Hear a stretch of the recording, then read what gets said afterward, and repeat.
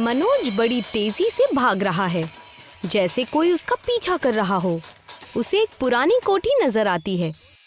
मनोज उसमें घुस जाता है। उस कोठी में एक बुजुर्ग औरत रहती थी। बाल बाल बच गया। अगर आज पकड़ा जाता ना तो बहुत बड़ा नुकसान हो जाता। कब तक ऐसे ही भागोगे? भाग कर जाओगे कहाँ तक? आज नहीं तो कल इसका जुर्माना भरना ही होगा तुमको। कब तक ऐसे ही चोरी करते रहोगे बताओ? वो बुजुर्ग औरत समझ जाती है कि मनोज एक चोर है। वो बुजुर्ग औरत उससे पूछती है, चोरी क्यों करते हो? क्या वजह है चोरी की? लालच या फिर मजबूरी? लालच के वजह से मैं चोरी नहीं करता। ये मेरी मजबूरी है। मेरी 10 साल की लड़की है जिसकी तबीयत बहुत खराब रहती है और कस्बे में दवाई बहुत महंगी बिकती है। इसीलिए मेरे पास और कोई चारा नहीं था सिवाय चोरी के। अम्मी, मेरी बेटी शिवानी को छोड़कर मेरा इस दुनिया में कोई नहीं है। उसके लिए मैं कुछ भी कर सकता हूँ। मैं बहुत अच्छी मैगी बनाती हूँ। तुम्हें भूख लगी होगी ना? जी, भूख तो लगी है मुझे। वो बुजुर्ग औरत मनोज को अपने हाथों से मैगी बना कर देती है। वो पहले क्या करता था उस बारे में पूछती है। पहले मैं कस्बे में मिल्कशेक बेचा करता था, लेकिन वो धंधा भी बंद पड़ गया। इसीलिए मैं अपने बच्चे के खातिर मैं चोरी करने लग गया। बुजुर्ग औरत उससे कहती है, मैं तुम्हारी मदद करूंगी, मगर तुम्हें चोरी छोड़नी होगी और जिस जिस से तुमने पैसे चुराए हैं उन्हें जाकर वो पैसे वापस करने होंगे। अम्मी जी, मेरी मदद कीजिए। मैं आपका बहुत शुक्रगुजार रहूंगा। तुम अपना काम बाएं हाथ से करते हो या दाएं हाथ से? जी, मैं अपना काम दाएं हाथ से करता हूँ। फिर ठीक है। बुजुर्ग वो चम्मच मनोज को देती है। वो कोई ऐसा वैसा चम्मच नहीं था, वो जादुई चम्मच था। ये जादुई चम्मच है। आज से तुम नया काम शुरू करना। मेरे घर से मैगी ले जाओ और मैगी मिल्कशेक बनाना शुरू कर दो। और याद रखना, इस चम्मच को हमेशा अपने दाएं हाथ से इस्तेमाल करना। जी, आपका बहुत बहुत शुक्रिया अम्मा जी। मनोज चम्मच और कुछ मैगी लेकर घर चला जाता है। घर में उसकी बेटी शिवानी बहुत बीमार थी। शिवानी को देखकर मनोज उससे कहता है, तुम्हें अब फिक्र करने की कोई जरूरत नहीं है। तुम्हारे अब्बू सब संभाल लेंगे। पापा, मुझे क्या हुआ है? मैं ठीक क्यों नहीं हो रही हूँ? तुम जल्दी ठीक हो जाओगी। मैं कल से मैगी बेचना शुरू कर दूंगा। मगर पापा, आपको मैगी बनानी आती है? नहीं बेटा, अब वो कल ही जाकर देखना पड़ेगा। एक अच्छी अम्मा ने मुझे मैगी मिल्कशेक बेचने के लिए कहा है, तो मैं कल से मैगी मिल्कशेक बेचना शुरू कर दूंगा। अगली सुबह मनोज अपने ठेले पर पहुंच जाता है और बुजुर्ग औरत के दिए हुए चम्मच से मैगी को मिलाने लगता है। जब वो मैगी मिल्कशेक बना रहा था, तभी वहाँ से एक आदमी गुजर रहा था। फिर से मिल्कशेक का धंधा शुरू कर दिया। मिल्कशेक तो मगर इस कस्बे में बिकती नहीं है, तो क्यों फिर से धंधा शुरू कर रहे हो? ये सिर्फ मिल्कशेक नहीं है, ये मैगी मिल्कशेक है। Maggi milkshake?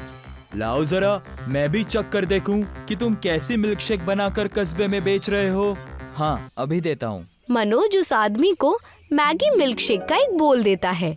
वो आदमी जैसे ही उसे खाता है, उसके मुंह से पहला शब्द निकलता है, वाह मनोज भाई वाह, ये तो बहुत ही लजीज है। इसे खाकर मानो दिल को सुकून मिल गया। लाओ भाई, एक प्लेट और बनाकर दे दो। जी, अभी देता हूँ। धीरे धीरे करके मनोज की मैगी मिल्कशेक अच्छे से बिकने लगी। मनोज सबके चुराए पैसे भी वापस कर देता है। बस जमींदार के पैसे वापस करने बाकी रह गए थे। मनोज जमींदार के घर जाता है और उससे कहता है, जमींदार साहब, मुझे माफ कर दीजिएगा। मैंने आपके पास से कई दिनों पहले कुछ पैसे चुराए थे। मैं आपको वो पैसे वापस देने आया हूँ और साथ में दुकान की मैगी मिल्कशेक भी लेकर आया हूँ। बताओ, मेरे घर से तुमने पैसे चुराए और मुझे पता भी नहीं चला। मेरे पास पैसे इतने हैं, इसीलिए मैं भूल ही जाता हूँ। मगर तुमने मेरे घर से चोरी की थी, मैं तुम्हें ऐसे तो जाने नहीं दूंगा। उसके 2 गुने पैसे लाकर देने होंगे तुम्हें। जी, मैं 2 गुने पैसे लेकर आया हूँ। जिसके घर से मैंने पैसे चुराए थे उन सबको मैं 2 गुनी पैसे ही दे रहा हूँ, और साथ में अपनी मैगी मिल्कशेक भी। मनोज जमींदार को पैसे वापस दे देता है। जमींदार हैरानी में पड़ जाता है कि ये मनोज के पास इतने पैसे आए कैसे। वो ये सब चुराए हुए रकम का दुगना वापस कर रहा है। जमींदार अपने चेले गुल्लू को बुलाता है। ए गुल्लू, ये कस्बे का चोर मनोज अचानक से इतना रईस कैसे हो गया? आखिर किसके घर पे इतना बड़ा डाका डाला है इसने? डाका नहीं, धंधा खोला है मनोज ने, मैगी मिल्कशेक का, जो पूरे कस्बे में मशहूर हो गया है। मैंने सुना था कि उसकी मैगी मिल्कशेक खा के ही दिल में एक सुकून मिल जाता है। अच्छा, जरा मैं भी तो चक्कर देखूं इस मैगी मिल्कशेक को। जमींदार मैगी मिल्कशेक को चक्कर देखता है। वो कितना लजीज है ये मैगी मिल्कशेक। अब समझ में आया कि क्यों इस मनोज के पास इतने पैसे आए हैं। मालिक, तो फिर क्या सोच रहे हैं आप? कोई ना कोई तो राज जरूर होगा जो वो इतना लजीज मैगी मिल्कशेक बना रहा है। जाओ गुल्लू, जरा देख कर आओ क्या माजरा है। गुल्लू अगले दिन मनोज की दुकान पर जाता है, ये देखने कि वो मैगी मिल्कशेक को किस तरह से बनाता है। पहुंचते ही वो मनोज से कहता है, अरे मनोज, लाओ भाई, मुझे 1 प्लेट मैगी मिल्कशेक देना। हाँ गुल्लू, अभी देता हूँ।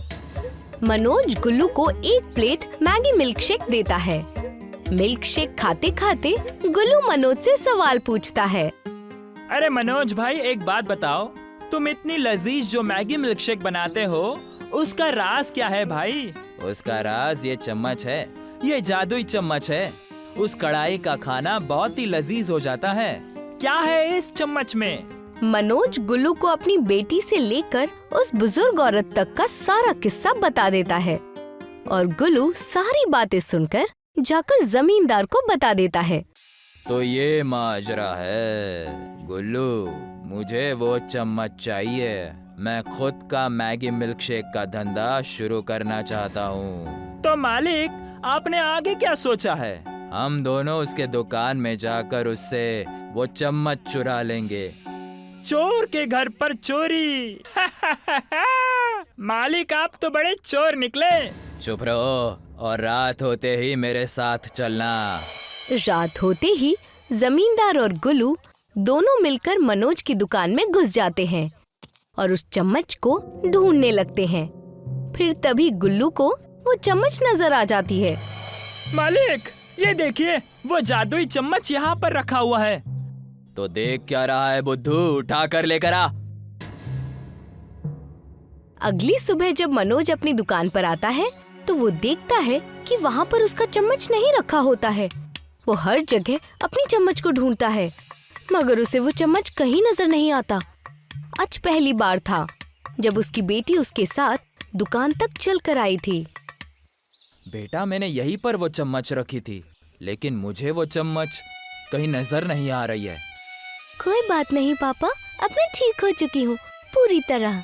आज से हम दोनों साथ मिलकर खूब मेहनत करके पैसे कमाएंगे। ऊपर वाले ने दिया, ऊपर वाले ने लिया, ऊपर वाले का ही कुछ होगा।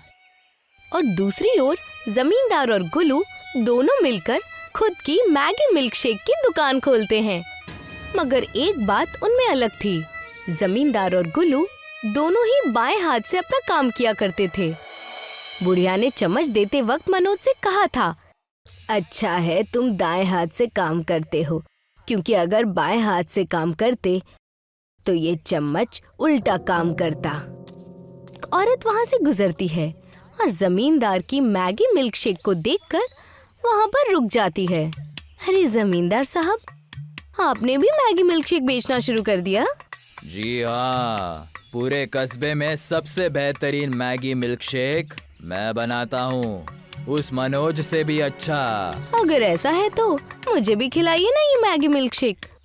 जी अभी खिलाता हूँ। ए गुल्लू, एक प्लेट गर्मा गर्म मैगी मिल्क शेक दे इन्हें। जी मालिक। गुल्लू एक प्लेट मैगी मिल्क शेक निकाल कर ग्राहक को दे देता है। दिखने में तो बड़ा ही स्वादिष्ट लग रहा है। जैसे ही वो औरत एक चम्मच उस मैगी मिल्क शेक का निवाला खाती है, वैसे ही उसके पेट में दर्द होने लगता है। छी, ये क्या खिला दिया आपने मुझे?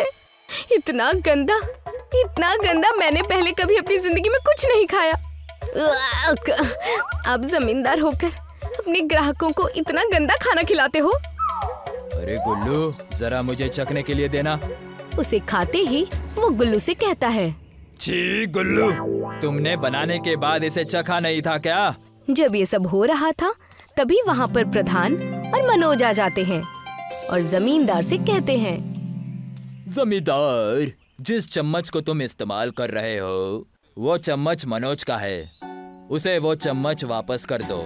नहीं प्रधान जी, आपको तो पता है कि ये मनोज चोरी किया करता था। इसने ये चम्मच मुझसे चुरा लिया था। मैंने बस मेरा सामान मुझसे वापस लिया है। झूठ, साफ साफ झूठ, क्योंकि ये चम्मच मेरे पूर्वजों का है, जिसे मेरे अम्मी ने मनोज को दिया था। वो बुजुर्ग औरत प्रधान जी की माँ थी और रात के वक्त प्रधान जी गांव के काम से लेट घर जा रहे थे।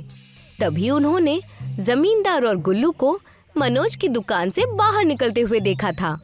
मैंने कुछ नहीं किया प्रधान जी, मैंने तो सब कुछ जमींदार जी के कहने पर किया था। मुझे माफ कर दीजिए प्रधान जी। अभी के अभी तुम दोनों को कस्बे से निकाला जाता है। जमींदार और गुल्लू दोनों को प्रधान जी गांव से बाहर निकाल देते हैं और मनोज के पास वापस उसकी चम्मच आ जाती है। अक्षरपुरी गांव में मंगरू अपनी अम्मी माया के साथ रहा करता था। इस गांव में हड्डियों से जुड़ी दिक्कतें हर इंसान को थी, मानो ये खानदानी बद्दुआ हो।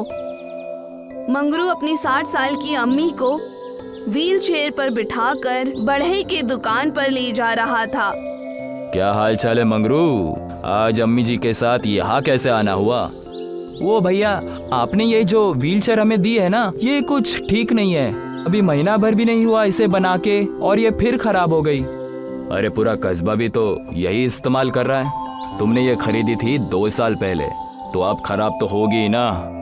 बेटा बढ़ई, तुम्हारे अब्बू जो व्हील चेयर बनाते थे वो तो इतने मजबूत होते थे कि 2 खानदान इस्तेमाल कर ले। वो क्या है ना, वो अब्बू बनाते थे चाची। देखो भैया, नहीं लेना है तो बता दो, वरना जब पैसे आए तब आ जाना। चलो मंगरू, और परेशान करना ठीक नहीं। दोनों वहाँ सरपंच के घर की ओर निकल पड़ते हैं। आओ मंगरू। प्रणाम अम्मी जी, बताइए मैं आपकी क्या खिदमत कर सकता हूँ? अभी बढ़ई की दुकान से लौटे हैं, कोई मदद नहीं मिली। अगर हो सके तो कोई पुराना व्हील चेयर हो तो मुझे दे दो। आप फिक्र मत करिए, इस साल जो व्हील चेयर बांटेंगे ना, उसमें से एक आपको भी दे दूंगा। सरपंच जी, एक बात पूछूं? पूछो पूछो, क्या बात है? जब तक हम इस बीमारी को जड़ से ठीक नहीं करते तब तक आगे नहीं बढ़ सकते हैं। तुम्हारी बात तो ठीक है, लेकिन हम लोग इसके लिए कुछ कर नहीं सकते। तुम लोग सब जवान लोग हो, कोशिश करना कि तुम्हारे बुढ़ापे में इसका कोई ना कोई रास्ता ढूंढ लो। ठीक है सरपंच जी, चलो अब मैं चलता हूँ। मंगरू अपने घर की तरफ लौट जाता है। बढ़ई जो सिर्फ अपने फायदे के लिए खराब व्हील चेयर बना रहा था, उससे मंगरू बहुत ही उदास था। रात हो चुकी थी और माया के सोते ही मंगरू नदी किनारे टहलने चला जाता है। मंगरू नदी किनारे बैठकर पत्थर मार रहा था और खुद से बातें कर रहा था। पता नहीं क्या दिक्कत है इस कस्बे में, उम्र 50 तक पहुंची नहीं कि लोगों की हड्डियां कमजोर हो जाती हैं, और वो बढ़ई लोगों की जरूरत है तो चीजों को जानबूझ के ऐसे बनाता है कि जल्दी खराब हो जाए ताकि लोग उससे बार बार खरीदे। तभी नदी से एक महिला की चिल्लाने की आवाज आने लगी। बचाओ! बचाओ! बचाओ! अरे कौन है? क्या हुआ? चिल्लाते हुए वो आवाज बाहर आ जाती है और पता चलता है कि कोई घायल मगरमच्छ है जिसके पैरों में मछुआरों का कांटा घुसा है। अरे मेरी अम्मा, ये क्या है? मेरी मदद करो, मुझे बचा लो। मंगरू को बहुत डर लगता है, फिर भी वो हिम्मत जुटाकर उस मगरमच्छ की पीड़ा दूर करने के लिए चला जाता है। मंगरू उस मगरमच्छ के पैरों से वो कांटा निकाल देता है और एक कपड़े से उस घाव को बांध देता है। लो, अब ठीक होने में थोड़ा वक्त लगेगा।